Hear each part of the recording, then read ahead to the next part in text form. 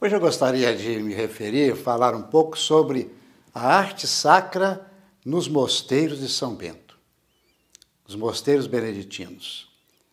Visitando vários mosteiros no mundo, eu observei que a arte sacra é muito valorizada. Por exemplo, no Monte Cassino, a igreja central deste mosteiro tão importante para a vida beneditina é esta igreja maravilhosa, feita de mármore, o altar muito bonito. E outros lugares onde a gente vai visitando os mosteiros de São Bento, vamos encontrando a arte sacra como algo que tem um grande valor e grande expressão. Podemos falar do mosteiro do Rio de Janeiro, por exemplo, onde a arte barroca é expressiva ali na capela do mosteiro. Depois o mosteiro de São Paulo, já não é arte barroca, é uma arte mais atual, uma moderna, mas a Basílica do Mosteiro de São Paulo, maravilhosa. Também do Mosteiro da Bahia e outros que podemos citar. Aqui no nosso mosteiro feminino de Juiz de Fora tem uma bela obra de Cláudio Pastro. Cláudio Pastro foi um oblato beneditino. Ele era um grande devoto de São Bento e foi dos maiores artistas sacros do mundo, atualmente, sem nenhuma dúvida, do Brasil. Portanto, a arte sacra está ligada à vida monástica. Por quê? Porque a vida monástica ela é uma vida estritamente litúrgica. Os monges vivem na liturgia para louvar a Deus. E a igreja sempre valorizou a arte como elemento auxiliar da liturgia, do louvor a Deus. Aliás, não só a igreja, mesmo antes, no Antigo Testamento, nós encontramos, por exemplo, o templo de Salomão, era uma coisa maravilhosa. Jesus também, quando vai celebrar a sua ceia, não é? Diz o evangelista que ele cantou, olha aí a arte musical. Portanto, a arte tem uma expressão muito grande dentro da vida da igreja e não podia deixar de ser também nos mosteiros. Um dos documentos da igreja sobre a arte sacra de Papa Bento XVI está escrito: os esplendores da arquitetura e dos mosaicos no Ocidente e no Oriente cristão são um patrimônio universal dos que creem, contendo em si mesmos um voto, diria, um penhor de desejada plenitude de comunhão na fé e na celebração.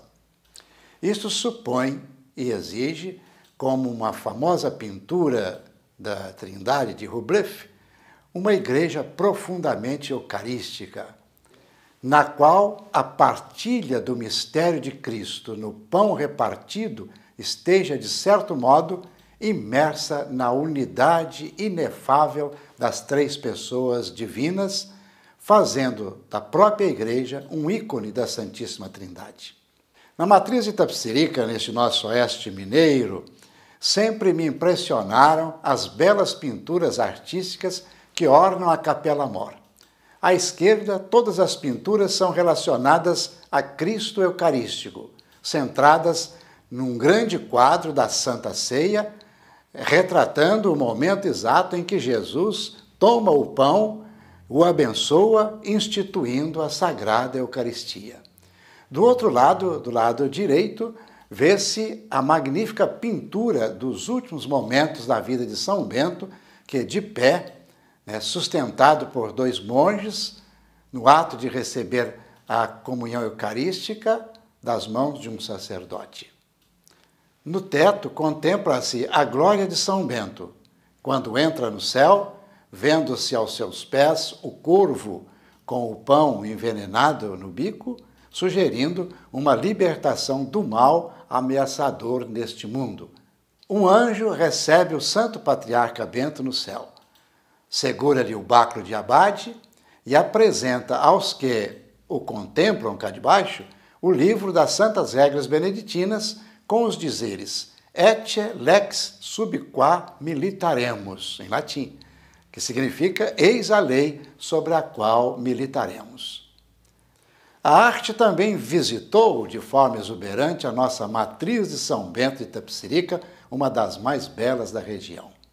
pelo gosto, pelos esforços extraordinários de nossos antepassados em estilo neoclássico, neobarroco. Como os jovens e as jovens que se fazem monges ou monjas, não escolhendo propriamente a vida do claustro por si só, mas optando exclusivamente por Cristo, pelo amor de Cristo, na forma monástica, nada antepondo a ele, também os artistas monásticos, quando movem seus instrumentos de escultura, de pintura, de arquitetura e até de música e outras áreas, têm como objetivo primordial o louvor a Deus e, pelos seus dons pessoais, colaboram com a comunicação dos valores eternos. Isto é profundamente evangelizador, pois evangelizar não é só um ato acadêmico, racional, mas muito mais sensorial, sensível, possibilitando um encontro pessoal com Cristo e com suas verdades eternas.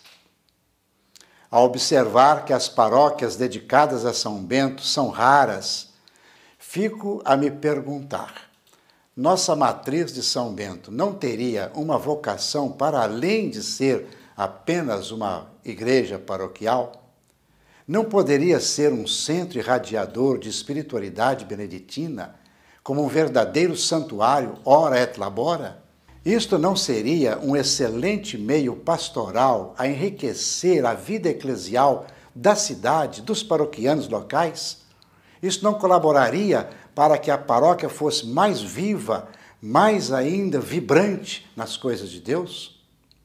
Quantas vocações santas, quantos serviços sociais aos pobres, imitando a caridade de São Bento expressa nas suas regras, inclusive com aproveitamento de talentos artísticos, criativos, caritativos, que poderiam ser despertados ao redor deste magnífico edifício sacro que é a nossa matriz, erguida a Deus Optimus et Maximus, como está escrito no seu frontispício, né? Dom Deus Optimus et Maximus.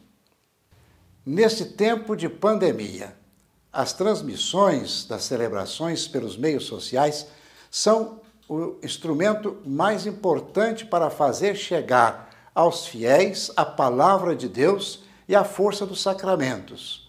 Para a comunicação visual, quanto é importante a beleza dos ambientes. Em muitos casos, eles falam mais do que as palavras. Este é um elemento que o tempo do isolamento social vai fazer permanecer como importante legado. Depois que passar a pandemia, nós vamos continuar utilizando estes elementos importantes. O amor de São Bento, nosso excelso padroeiro, nos impulsione a dar novos passos, sem medo, sem comodismo, sem preconceitos.